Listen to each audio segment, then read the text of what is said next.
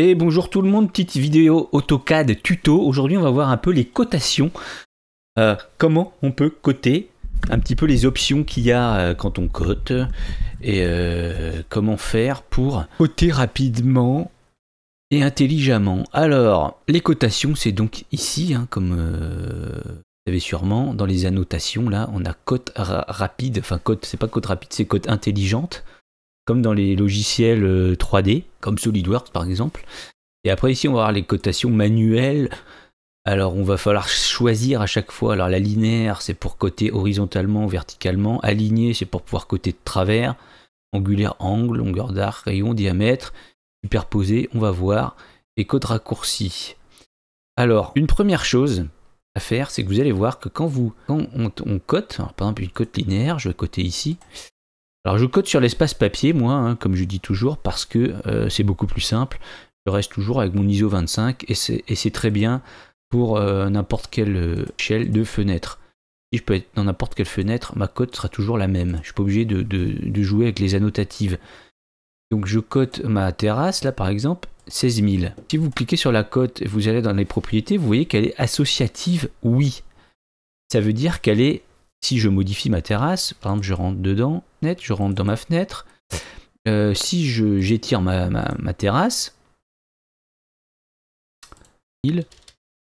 par la droite, vous voyez, ça suit. Parce qu'elle est associative. Ici, c'est parce qu'en fait, quand vous allez dans les options, ici très important, options, préférences utilisateur, il faut que ce soit coché. Cotation associative, rendre les nouvelles cotes associatives. Si c'est décoché, regardez, il se peut que quand vous cliquez ici sur le plus, qui est le moniteur d'annotation, vous ayez des points d'exclamation. Et il va perdre l'associativité, parce qu'il perd l'associativité. Donc ici, vous aurez écrit partiel. Il aura écrit partiel, parce que si ça se trouve, il sera bien accroché là, mais pas là. Et il faudra faire bouton droit sur le... Et bon, c'est... Regardez, si j'ouvre ma formation AutoCAD, là, vous allez voir, il y en a partout.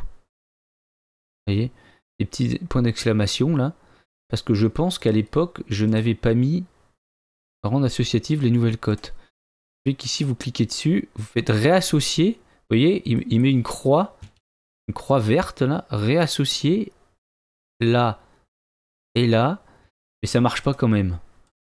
C'est le fameux, ou alors il faut les chercher ailleurs, là et là par exemple. Et là c'est bon, il a enlevé le point d'exclamation. Mais ça c'est parce que c'était pas coché, donc n'oubliez pas de cocher vraiment rendre associatif, comme ça ce sera toujours bon. Donc ça c'est la cote linéaire tout simplement. Aligné, ça va être pour... alors j'ai rien de travers là, mais si vous voulez coter de là à là, hop. Et c'est aligné. Pour les cotes intelligentes, il suffit de survoler, en fait, vous voyez, je survole les segments pour avoir la longueur du segment, par exemple. Ou je prends pareil, hein, comme ça, point à point. Hop. Ah, là, vous voyez, là, par contre, c'est pas bon. Pourquoi? Petit point d'exclamation, réassocié. Parce qu'il est allé prendre le bout de la cote sur le papier au lieu d'aller prendre le dessin. Donc il faut faire gaffe à ça parfois et on est obligé de prendre une autre cote. Alors après on peut déplacer, mais c'est toujours pas bon. Réassocier, je sais pas pourquoi. Voilà, là c'est bon. Ensuite on va avoir les angulaires, les diamètres. Alors angulaire, ça va être pareil, on peut le prendre aussi dans la cote intelligente. On va sélectionner une ligne et une autre ligne. On va avoir notre angle. Là, si on veut la cotation du rayon, là, on survole, là. Si on veut changer le style de cote, on va aller dans annotation ici, là. Annotation, style de cote. Là, vous allez pouvoir créer, gérer les styles de cote, vous allez pouvoir créer plein de cotes. Par exemple, moi, si je veux ma cotation, là, je veux la modifier. faire nouveau. Enfin bon, si je fais nouveau, je vais créer une nouvelle cotation. Je fais modifier. Et là, on peut tout changer. Les flèches, la couleur. Par exemple, ligne de cote rouge. Couleur rouge. Et puis le texte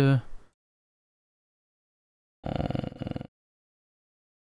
bleu. Voilà. Ok. Et si je veux utiliser cette cote, je vais aller la chercher, ma cotation. Hop, et maintenant, quand je vais coter, ça va être sur ma cotation. C'est un peu grande, je trouve. Alors, je peux modifier. Hein. Retourne dans les styles de cote, modifier. Déjà, je vais enlever les zéros hop, après la virgule. Le texte. Alors, le texte, il va aller chercher mon texte. C'est le style de texte que j'ai créé. Donc, si je veux modifier le texte, il faut que j'aille modifier le style de texte qui est ici, donc standard. Gérer les styles de texte. Moi, je suis sur mon texte. Hauteur, on va mettre 2,5. Appliquer. Un peu plus petit, là, vous voyez. C'est un peu plus... Donc, je trouve que c'est trop loin. C'est trop loin. Je vais modifier les lignes. Décalage de la ligne de cote. Décalage de l'origine, voilà, c'est ça. Voilà, là, c'est plus près. Et venir courant, fermé, voilà, hop, ça s'est mis à jour automatiquement. Le trait, là, je trouve énorme. Pourquoi il est énorme comme ça. Symbole, taille de la flèche. Ah voilà, c'est ça en fait. En fait, c'est le trait. Petit trait. On va mettre 1,5. Ok. Venir courant, fermé. Voilà, il a fait plus petit. Donc, et pareil, là, je voudrais mettre un masque derrière parce qu'on voit le hachurage, c'est pas terrible. Donc, je vais modifier. Encore une fois, modifier. C'est ici, je crois, couleur de remplissage, arrière-plan. Et finir courant, fermé. Vous voyez, là maintenant, il y a un masque derrière. Arrière-plan, il est blanc, donc il me le met blanc. Et après, si je veux transformer mes autres cotes comme lui, je fais, lui, copier les propriétés. Je sélectionne toutes mes cotes, là. De toute façon, il n'y a que les cotes. Hein. Tout le reste est sur l'espace objet. Hop, je valide. Ensuite, il y a des petits trucs qui sont pas mal. Si vous voulez faire par exemple une cote ligne de base, vous allez mettre une première cote. Après, vous allez sélectionner la cote, vous allez survoler la poignée là, cote ligne de base. Et là, vous allez continuer. Hop. Hop. Par contre, ça c'est pareil, je crois qu'il faut aller... il faut aller... Espacement des lignes de base. Je vais mettre 4. Ok. Définir courant. Donc on va refaire. Apparemment, il a pas. Hop. Ligne de base.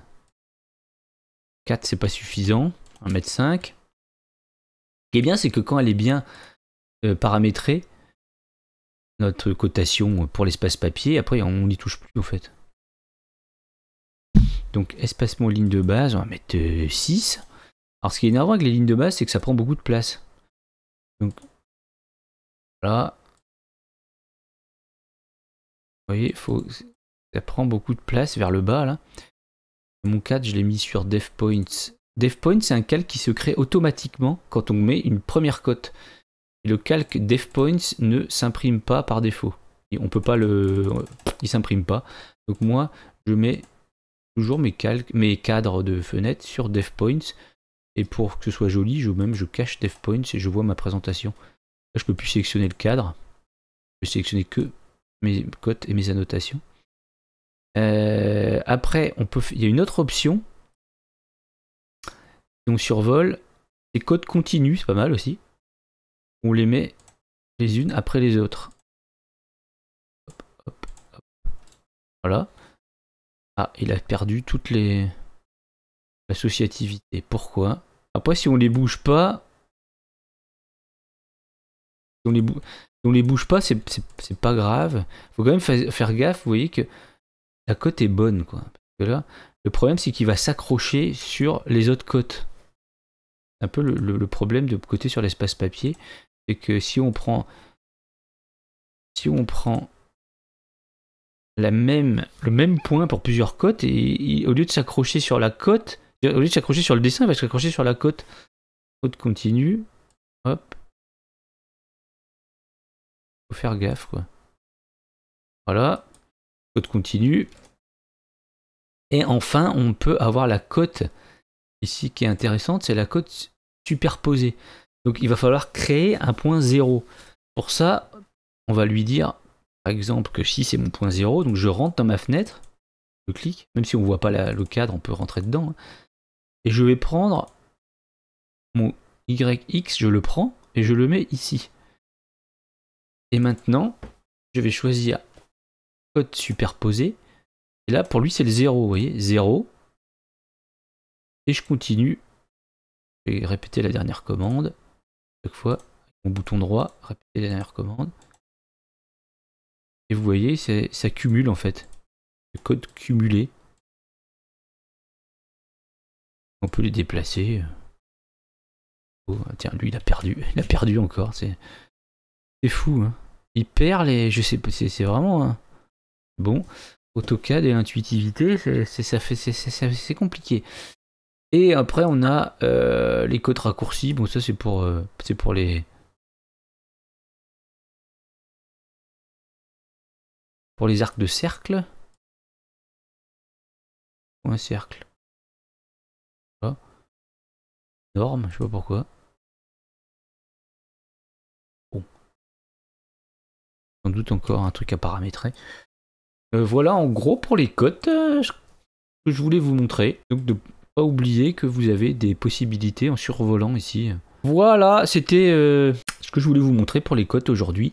Bonne journée, à bientôt.